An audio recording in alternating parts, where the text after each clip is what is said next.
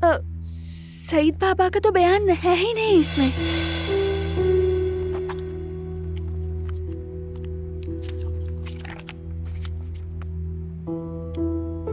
हाँ वाकई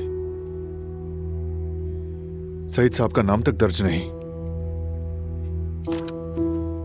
अगर हम उनका बयान रिकॉर्ड करवा लें तो फायदा होगा उससे। मेरी समझदार बीवी। चलो फौरन वकील से बात करते हैं। ये कहिए बरान साहब। अम्मी के कत्ल के मुकदमे में सईद साहब का बयान शामिल नहीं। उनका बयान लेना हमारे काम आ सकता है क्या? हाँ बिल्कुल, मगर ये कहना मुश्किल है कि फैसला हमारे हक में होगा। क्यों? क्योंकि सईद साहब ने कभी जुर्म कबूल नहीं किया और बाद में एक और नाम सामने आया। हिकमत साहब ने जुर्म अपने सर ले लिया था। चूंकि अब वो जिंदा नहीं है तो उनका बयान मोतबर माना जाता है। ठीक है, समझ गया। टाइम जाया किए बगैर उनका बयान लेते हैं। ठीक है, मैं कौंसल खाने से बात करता हूँ। ठीक है, जवाब का वेट होगा।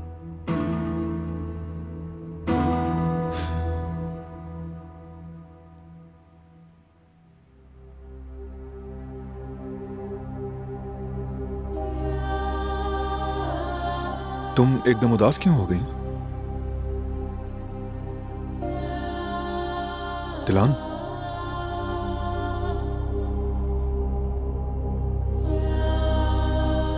सईद बाबा से पूछा था मैंने कि क्या ये सब आपने किया है।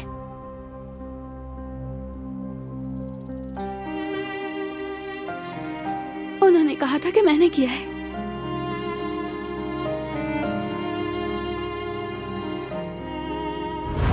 मैंने किया था, जो जरूरी था वही किया। क्या आपने सच में उन पर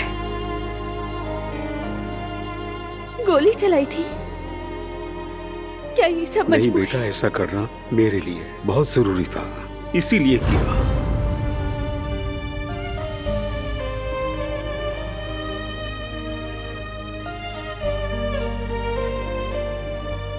उन्होंने कहा कि ये कत्ल उन्होंने किया है। ये कैसी बेबसी थी बारान। कौन जाने वो अंदर से कितने टूटे हुए थे। एक ऐसा जुर्म मान लेना जो किया ही ना हो।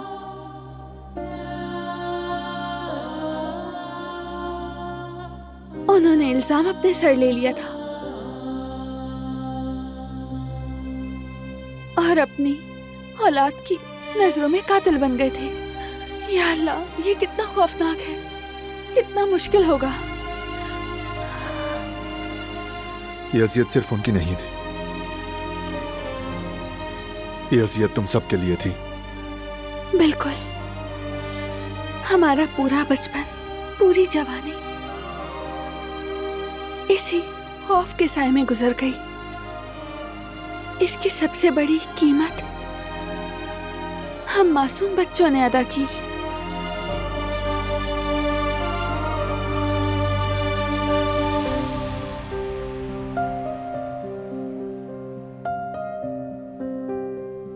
और सबसे ज्यादा तुमने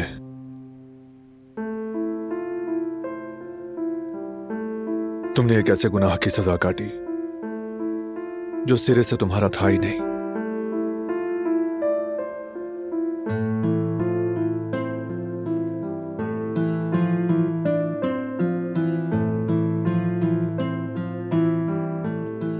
वो सब गुजर गया।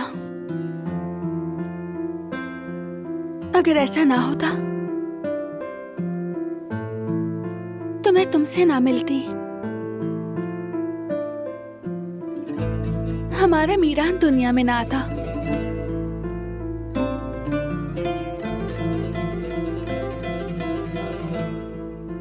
इसीलिए मुझे अपने मासी पर कोई पछतावा नहीं है। वो सारा दुख, उस दर्द का इनाम तुम हो, मीरान और तुम।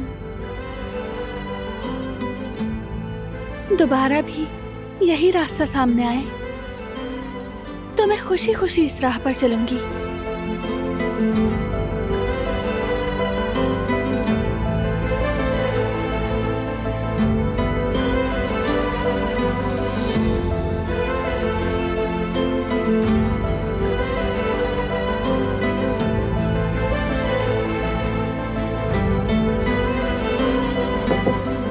आ जाएं।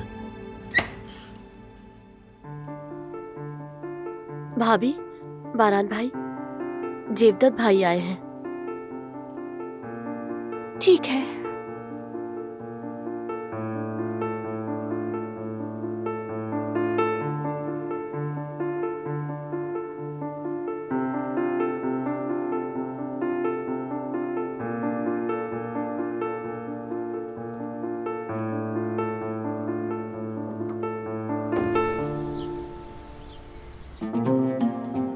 खुश आमदीद। कैसे हो जेवदत्त? बहुत शुक्रिया। अजीब बात नहीं है, इतनी दुश्मनी और इतनी नफरत सब बेवजह थी। हमारी जिंदगियों का बहुत नुकसान हो गया।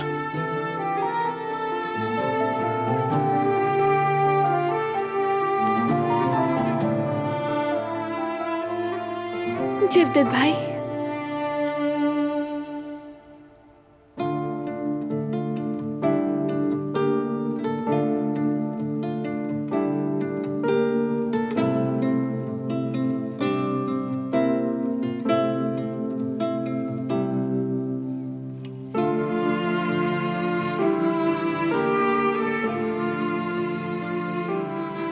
भाई, हम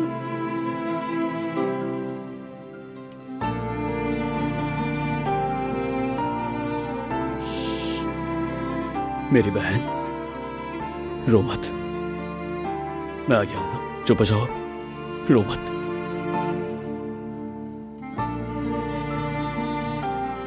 ये सब हमारे नसीब में था। चुप हो जाओ। बहादुर हो तुम।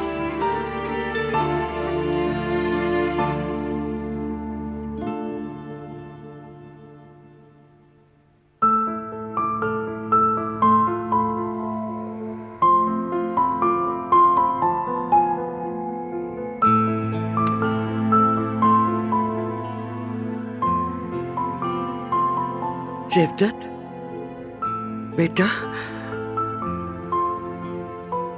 न कह सकती हूँ न तुमसे नजरें मिलाने की हिम्मत है। हमने तुम पर, तुम्हारे घर वालों पर बहुत जुल्म किए, किसी को भी चैन से जीने ना दिया। और सबसे बड़ा दुख यह है कि मैं एक ऐसे मासूम के गुनाहगार बनी जो अभी दुनिया में आया भी नहीं था। मुझे अंदाजा ही नहीं था कि मेरी कोख से जन्म लेने वाला इतना जालिम निकलेगा। न तुम्हारे सामने खड़े होने का हौसला है, न तुम्हारी बीवी से नजरें मिलाने की हिम्मत है मुझ में। मुझे माफ कर दो मेरे बच्चे। अगर इस दुनिया में नहीं कर सकते तो कम से कम आखिरत में अपना हक माफ कर देना। दादी ठीक कहती हैं।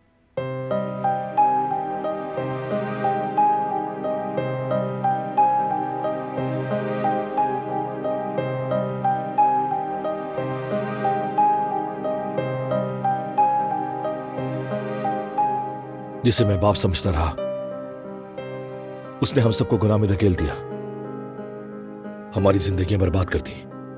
उसने मुझ में इस कदर जहर भरा, इस कदर तुम्हारे खिलाफ उकसाया कि मैं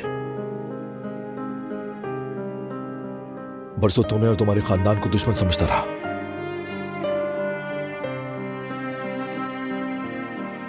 कई बार तुम मेरी बंदूक के निशाने पर आए, कितनी बार मैं तुम्हारी दहलीज से पलट आया मुझे याद नहीं, लेकिन अल्लाह का शुक्र है कि मैंने ये गुनाह नहीं किया।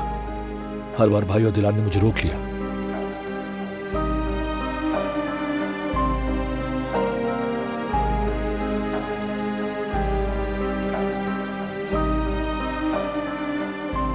लेकिन फिर भी जो दुख हम दोनों ने झेला वो अपनी जगह कायम है। वो जख्म भर तो नहीं सकते, लेकिन फिर भी मैं तुमसे अपने हिस्से की माफी मांगना चाहता हूं।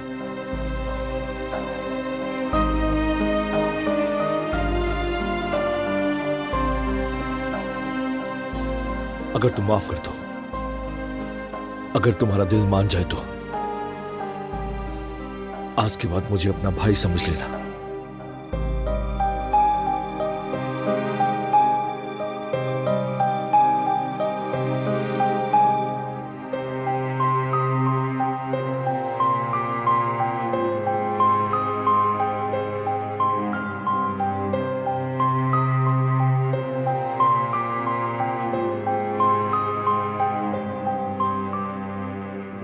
काश कि हम शुरू में ही समझ लेते कि असल दुश्मन हमारे दरमियान छुपा है, मगर हम अंधे हो गए थे। इंतकाम इंसान से यही सब करवाता है।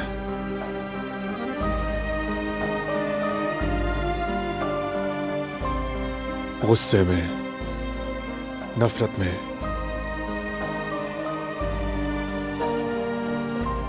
बदले की आग में,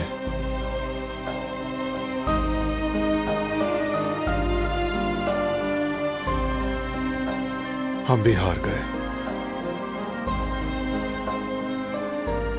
एक दूसरे को तोड़ते रहे और बिला वजह रुलाते रहे।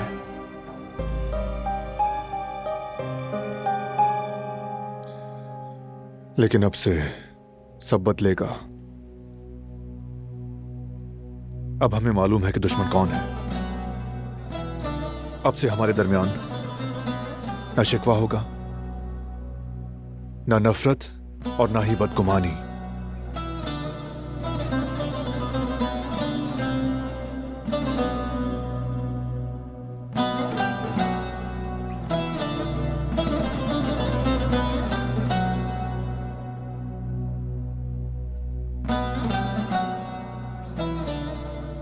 खुश आमदीद मेरे भाई।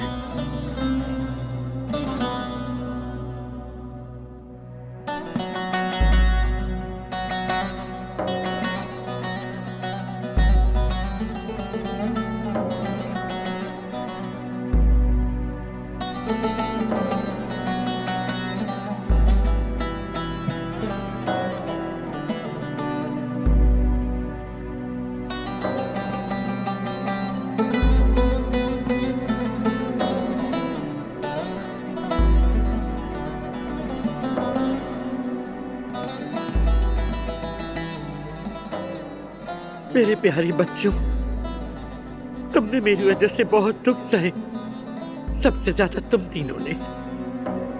अब मेरी सारी खुशियां तुम्हारे नाम।